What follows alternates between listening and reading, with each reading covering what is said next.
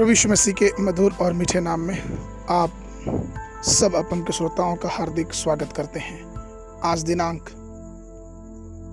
11 जुलाई दिन सोमवार को प्रभु के नाम से आपका फिर से स्वागत करते हैं। आज के वचन के लिए पद लिया गया है रोमियो की पत्री उसका 13 अध्याय उसका पहला पद।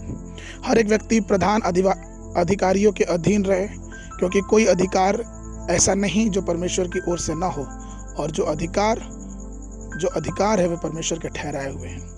प्रभु मेरे प्रिय लोगों, परमेश्वर ने आपको दूसरों पर अधिकार दिया है, साथ ही वो आपसे अपने शाही अधिकारियों के अधीन रहने की अपेक्षा करता है। प्रभु यीशु मसीह के पास स्वर्ग और पृथ्वी पर सभी अधिकार है, लेकिन वो हमेशा पिता परमेश्वर के अधिकार में रहा।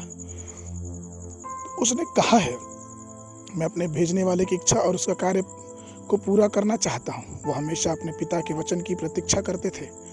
वह पिता की इच्छा के आज्ञाकारी थे और पूरी तरह से पिता के अधिकार के अधीन रहे।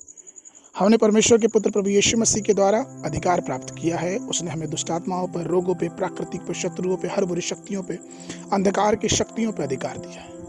जबकि आपके पास एक सारा अधिकार है और आपको हमेशा अपने प्रभु यीशु मसीह के अधिकार के अधीन रहना है। कुछ लोग प्रभु के नाम पर चिन्ह और चमत्कार करना चाहते हैं, लेकिन परमेश्वर के वचन के अधिकार अंदर में नहीं रहना चाहते। वे खुद को परमेश्वर के सेवकों के अधीन नहीं रखना चाहते। वे खुद आध्यात्मिक मार्ग पर चलना नहीं चाहते हैं। पवित्र शास्त्र स्पष्ट रूप से इसके विषय में कहता है कि आज्ञाकारी हुए बिना विजयी होना असंभव है। वचन में लिखा है, जब हम पढ़ते हैं मत्ती रचित सुसमाचार उसके 8 और उसके 9 पद में, कि एक सूबेदार ने यीशु से कहा, क्योंकि मैं भी पराधीन मनुष्य हूँ और सिपाही मेरे हाथ में है, और जब मैं एक से कहता हूँ तो आता है, और कहता हूँ जा तो वो जाता है। तो यह क्यों करो कि तू मेरे घर आए। चूंकि वो एक सूबेदार था, इसलिए उसके अंदर में 100 सैनिक थे, लेकिन उसको मालूम था कि अधीन में रहने का तात्पर्य क्या होता है। आज हमें भी और इस चीज को जानना और समझना है कि परमेश्वर हमें सब आशीष देना चाहता है, लेकिन तभी जब हम परमेश्वर के अधीन रहना सीखें। परमेश्वर के अधीनता रहना हमारे जीवन में बहुत ही जरूरी है।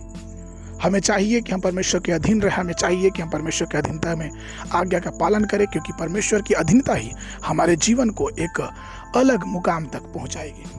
प्रभु मेरे प्रिय लोगों, आइए हम जहां कार्य करते हैं उन अधिकारियों के नीचे भी रहें, वचन के अधिकार के नीचे रहें, प्रभु में अपने जीवन को समर्पित कर दें, और तब परमेश्वर अपने असब समय पे अपने वचन के अनुसार हमें ऊंचा उठाएगा। आज के मनन के लिए जो पद है वो लिया गया है, उस वृक्ष के ठूंठ को जड़ समेत छोड़ने की आज्ञा तो हुई। इसका अर्थ यह है कि तेरा राज्य तेरे लिए बना रहेगा, और तू जो जान लेगा कि जगत का प्रभु स्वर्ग में ही है, और तू फिर से राज्य करने पाएगा। बाइबल अध्ययन के लिए सुबह के समय भजन संगीता उसका 1, 2, 3 अध्याय, और संध्या के समय प्रेरितों के काम उसका 17, 1 पद से लेकर 5 पद तक। परमेश्वर आप सबको आशीष देने पाए।